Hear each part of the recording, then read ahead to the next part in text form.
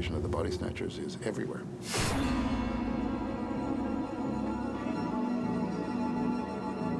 The whole film was done in a spirit of great fun. Oh! What the hell is it? They grow out of those pods.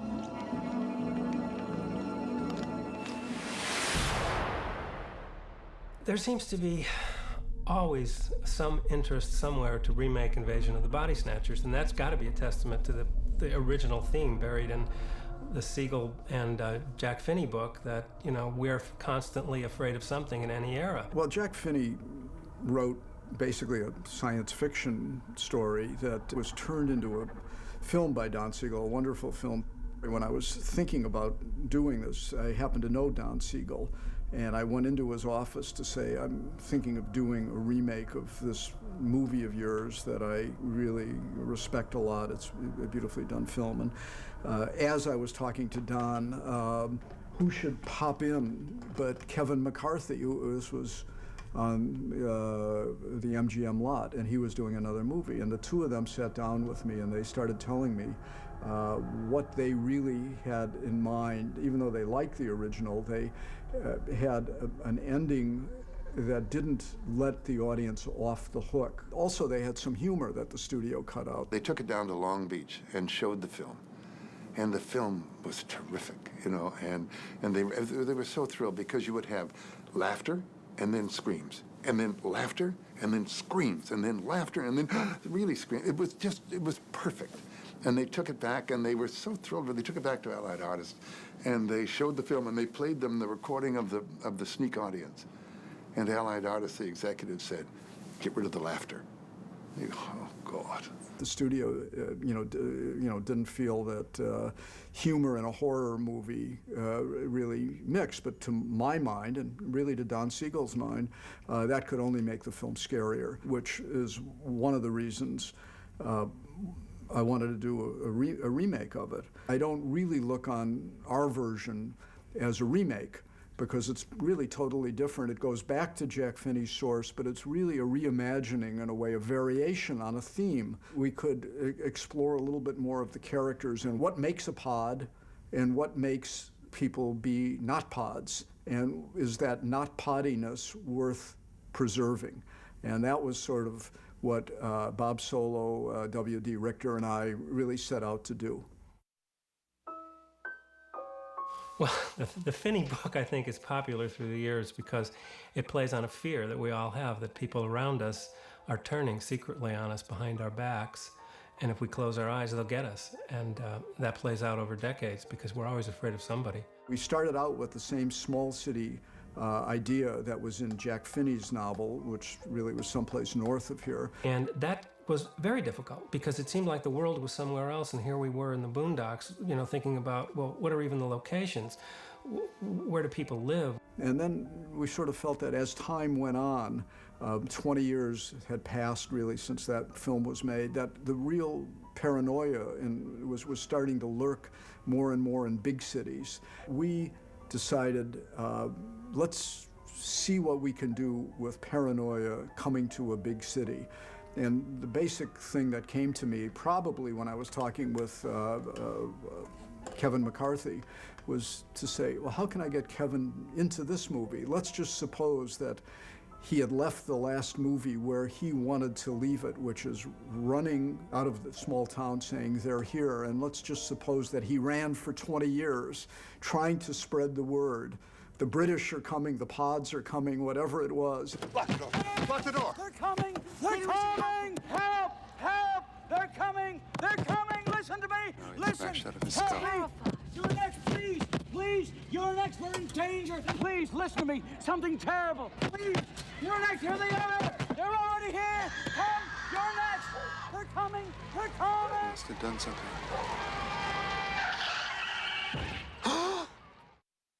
I lived in San Francisco, and it's my favorite city, really my favorite city in the world. And it seemed like the right place, you know. It had that kind of San Francisco, slightly offbeat quality, which the characters in the movie have, you know. Jeff Goldblum's a failed poet, and Kibner is a sort of goofy psychologist who writes self-help books and things. You know, it all had a kind of nice San Francisco air to it. The context of the movie was in a kind of a feel-good therapy atmosphere where hugging and explaining away all your problems as sort of psychological projections of these inner things, all that stuff was very current at the time. It was a time when we still believed, sort of, that we could affect something in this country. We'd grown so disillusioned with the larger society around us, with the treachery of the government, with things that just weren't working right, that this big inward look started taking place, the me generation, a huge cliche of pop culture. But nevertheless, people were closing off. Under sort of cover of we're all reaching out to find out who we are and to be one kind of, one Earth, one planet. But to get there, you have this sense of, I got to find out who I am first. I've got to become very self-centered, very inward-directed and looking in. 1978, sort of the end of a kind of hippie era, there was still, a residue of that, but there were also, as exemplified by Leonard Nimoy, the kind of pop psychologists who were telling everybody to relax, everything's going to be okay, take it easy. In a sense, trying to humanize people by dehumanizing them in some way. He did a lot of, little variations on that character. Leonard Nimoy, he was terrific. He was a lot of fun, and of course, coming off of Star Trek, which he had been on, and that's automatically what you think. There's a little bit of the sternness of Spock in there, but there's that softness that Leonard added of the Birkenstock sandals and the arm pads and little thing he wears on his hand and the soft tailoring and the soothing voice. He turned into a really interesting character. The last person you might think would become a pod becomes one of the early pods. Don't be trapped by old concepts. Matthew, you're evolving into a new life form. Come and watch. The idea of the pod became a symbol or a metaphor of the standardized thing that the culture was asking of us. It was asking us all to create a new mass culture, something that would work on the world scale, and in order to do that, you had to sacrifice some individuality. So you had to get squeezed down into some kind of a pod. And that's one of the interesting paradox of the film, is that these elements of individuality are sort of shunned by pods. There's no need for hate now, or love. I love you, Matthew. When I think about what might have inspired me or Phil or all of us to make this version, I don't think of science fiction. Because science fiction tended to be drifting toward big pyrotechnical effects and larger-than-life dangers and monsters and threats, and the budgets were going up. And we were really interested in a human story here. Our Body Snatchers is really about, characters and developing that human thing. I always viewed it as sort of a tragic love story between Donald Sutherland, Brooke Adams, but also between a band of friends, all of whom in one way or another love each other. There's a nice moment where Donald Sutherland has Elizabeth, the character Elizabeth, roll her eyes around in her head. And although it's a crazy thing, to him it proves she's not crazy. If you're not crazy, you can do the thing with your eyes.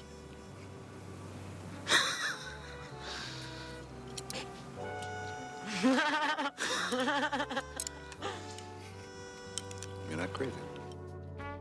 That was such a human, such a charming thing, and the way Donald reacts to her and looks at her, there's something, none of us could have anticipated the kind of love that passes between them, but it's a love of friendship. It was for me, a very creative experience. I loved working with Veronica and Brooke. Leonard was terrific. Jeff is good. Jeff Goldblum and Veronica Cartwright, they call themselves the dancing Belichicks. They come dancing through our set doing a pas de deux. This all started when we were in the showers because they had all those shower curtains, and so we would come in and we'd have to see, and then we'd close, and we would have to run off and to get the angle and the way the curtains were blowing and everything like that, and be able to pick the guy up that was in the bathtub and stuff like that. We got to the point we did it so many times we would do da-da-da-da-da. We were just sort of, so we became known as the dancing Belichicks, and we would sort of dance on together and dance off. It was hysterical. You know, films should be fun to make. You gather your group of friends around, people, even though you know what you're going for in each scene, you leave enough room and enough air in the film for creative people to add certain things. So, yeah, my wife Rose plays a small role. A bunch of writers, friends of mine, are in the bookstore. You know, throughout the piece, there are San Francisco actors, friends of mine, who, in one way or another, are transformed into pods. All the film people of San Francisco wanted to be pods, but we were very selective when we would let be pods. You had to earn it. Mike Chapman is in the film. He plays a guy who's sort of polishing the floors of the health department, and there's something ominous about it. They are wonderful people in it, you know. I mean, you turn around, and I love Bobby Duvall, and you turn around and he's there. He's just a priest in the corner. I love that. Don Siegel played the taxi driver. I'm sure I've told this story before, but it's true. I was in the front seat, in the passenger seat in the front, with a handheld camera, filming them in the back, and then filming Don Siegel from the side and all that. And I remember thinking that, boy, they're really acting well. They look scared in their back and everything. And I found out that what they were scared of was that Don Siegel could barely see, but out of vanity had taken his glasses off and was driving through the streets of San Francisco. And Donald and Brooke were genuinely scared. Where exactly are you heading? I said, airport. No, I mean, which airline? United. I remember we were running one night, running through the streets. You know, there was so much running through the streets, and Brooke Adams was really a great runner, and Donald was, you know, I remember him running all the time in the mornings. But as they were running one night, Brooke said, "I can beat you, Donald." And he said, come on. Yeah. So, you know, I said, action, and they went running, and I said, cut, and they didn't stop running. And she was in her high heels and a red dress, and they just went running off into the distance. And when they came back, she said, I won. You could ask Donald if she won. I have way longer legs than Brooke has. Yeah, I could outrun her way. I ran a lot during that period, and when I was running, I was crossing the street this way, and a Volkswagen Beetle had not seen me and made a right turn and hit me, and I bounced up over his roof, and as I came down, my face passed his windscreen, and I could see the driver's mouth saying, "Oh God, not you."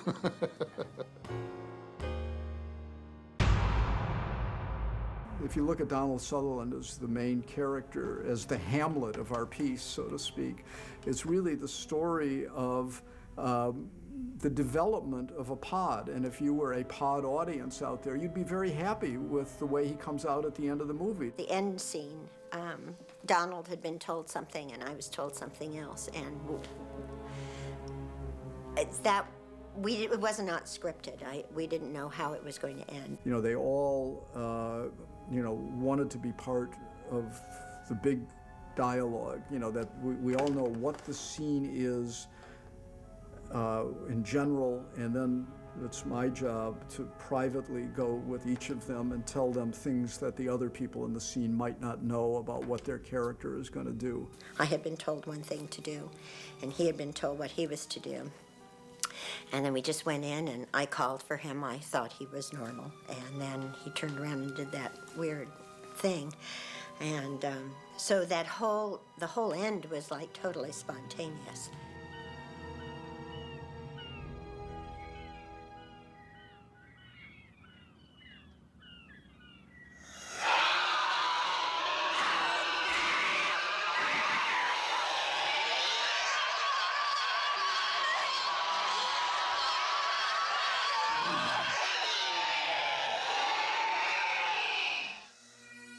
Well, making this movie was one of the truly pleasurable experiences in a business that doesn't really offer you that many thoroughgoing, wonderful times. It seems to me that the movie works in that way of just having a wonderful, jolly good time for an hour and a half or 2 hours.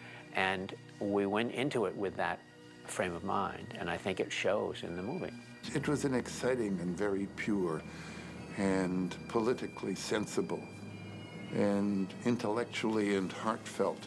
It was stable to be in, and it continues to garner praise. People still watch it. It was a pleasure to do it.